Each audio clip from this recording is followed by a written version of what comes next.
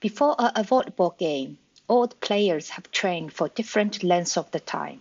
In the first group, there are 7 girls who trained for 1, 2, 6, 8, 10, 11, and 12 hours. In the second group, there were 5 girls who trained for 3, 4, 5, 7, and 9 hours. To form 2 teams with 6 players, Mila switches from the first to the second group. The coach noticed that the average training time increases in both groups. How long did Mila train for? In this explanation, we will explore 2 different methods: the trial and error approach, commonly used for multiple choice questions, and a more analytical method based on inequality reasoning.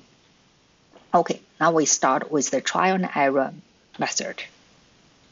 Okay, we are asked to find the average training time, which is simply the total training time divided by the number of participants. For group 1, the average time will be the total time of all 7 girls, so 1 plus 1 plus 6 plus 8 plus 10 plus 11 plus 12, and divided by 7 girls, so it's 50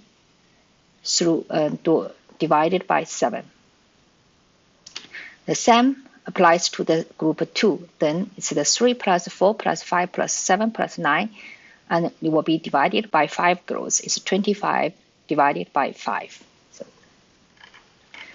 now we suppose Mina, who trained for X hours, moves from group 1 to group 2.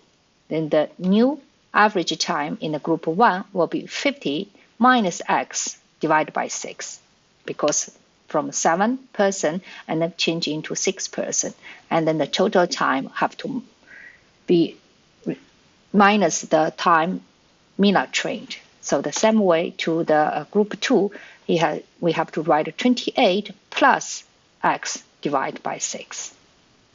So now we go through all the possible options in the given option, so A, B, C, D, E. So now we suppose if A is correct, then we just use, that means Mina trained for 2 hours. So we just replace the X with 2.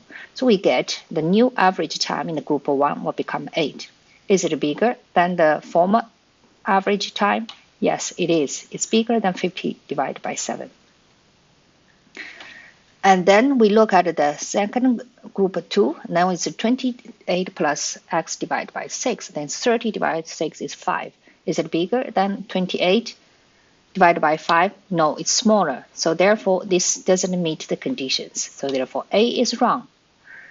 Now we look at the option B. So if B is correct, that means Mila was trained for 6 hours. So we just replace the X with 6, and we get the new average time for group 1 will be 22 divided 3. Is it bigger? Yes, it is bigger than 50 divided by 7, or the original average time. And we look at group 2, we replace the 6 again in the second equation. So we get 34 divided 6 is 17 divided 3. Is it bigger than 28 divided 5? Yes, it is bigger.